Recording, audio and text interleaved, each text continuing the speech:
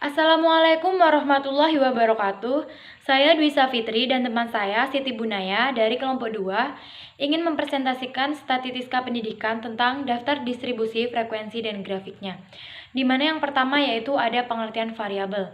Kata variabel berasal dari bahasa Inggris atau variable dengan arti ubahan, faktor tak dapat diubah-ubah. Dalam contoh yang telah disebutkan di muka, nilai-nilai ujian hasil semester dari sejumlah 80 orang mahasiswa itu kita sebut variabel.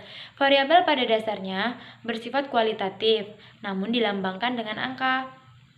Selanjutnya ada pengertian frekuensi. Kata frekuensi yang ada dalam bahasa Inggris adalah frekuensi, berarti kekerapan, keseringan atau jarang kapan kerapnya.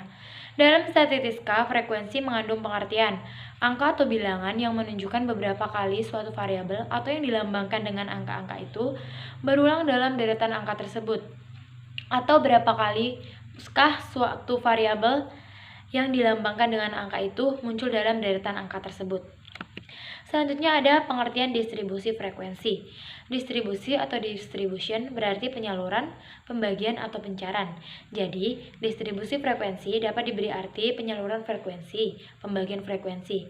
Dalam statistik, distribusi frekuensi kurang lebih mengandung pengertian suatu keadaan yang menggambarkan bagaimana frekuensi dari gejala atau variabel yang dilambangkan dengan angka itu telah tersalur, terbagi, dan terpencar.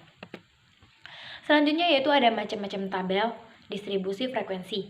Yang pertama, ada tabel distribusi frekuensi data tunggal. Yang kedua, tabel distribusi frekuensi data pengelompokan.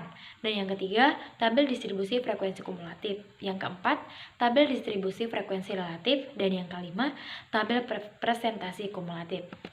Selanjutnya ada cara membuat tabel distribusi. Itu ada dua cara. Yang pertama, tabel distribusi frekuensi data tunggal, dan yang kedua tabel distribusi frekuensi data kelompok. Di mana tabel distribusi data tunggal ini cara membuatnya yang pertama pembuatan tabel distribusi frekuensi data tunggal yang semua skornya berfrekuensi 1. Yang kedua, pembuatan tabel distribusi frekuensi data tunggal yang sebagian satuan keseluruhan skornya lebih dari 1. Yang kedua yaitu tabel distribusi frekuensi data kelompok. Cara yang pertama, mencari high score atau nilai tertinggi dan low score yaitu nilai terendah. Yang kedua, menetapkan luas penyebaran nilai yang ada. Dan yang ketiga, menetapkan besar atau luasnya pengelompokan data untuk masing-masing kelompok data. Yang keempat, menetapkan bagian bilangan dasar masing-masing interval yang ada dibuat dalam tabel. Yang kelima, mempersiapkan tabel distribusi frekuensinya yang terdiri dari 3 kolom. Dan yang keenam, menghitung frekuensi dari tiap-tiap nilai yang ada. Selanjutnya yaitu pengertian grafik. Grafik adalah alat penyajian data statistik yang tertuang dalam bentuk lukisan, baik lukisan garis, gambar, maupun lambang.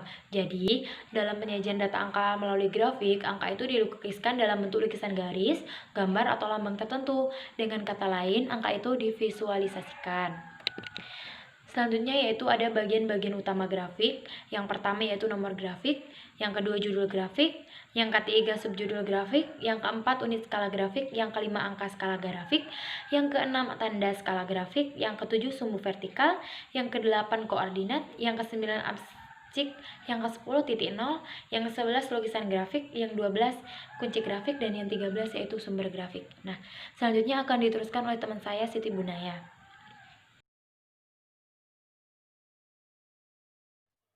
Selanjutnya ada macam-macam grafik batang. Yang pertama grafik batang atau histogram.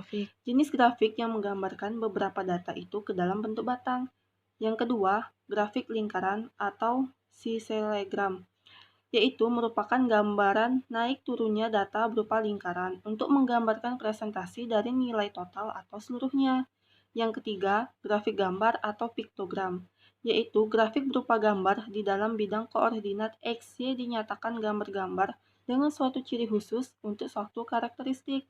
Yang keempat, grafik peta atau grafik kartogram, yaitu grafik yang memberikan informasi demografi yang berbentuk peta. Yang kelima ada grafik garis atau poligon, yaitu grafik garis ini merupakan jenis grafik yang menggambarkan beberapa data di dalam bentuk garis atau kurva. Grafik garis ini digunakan untuk dapat menggambarkan suatu perkembangan atau juga perubahan data dari waktu ke waktu. Grafik garis ini mempunyai dua sumbu utama, yaitu sumbu X dan sumbu Y. Yang terakhir ada grafik ogif, yaitu grafik nilai skala pada absis horizontal. Grafik OGIF sama dengan pada absis histogram, sementara bentuk grafiknya berupa grafik garis seperti pada poligon. Berikutlah video yang dapat kami tampilkan. Saya Siti Bunaya dan teman saya Dwi Safitri. Apabila ada kesalahan, kami mohon maaf. Wassalamualaikum warahmatullahi wabarakatuh.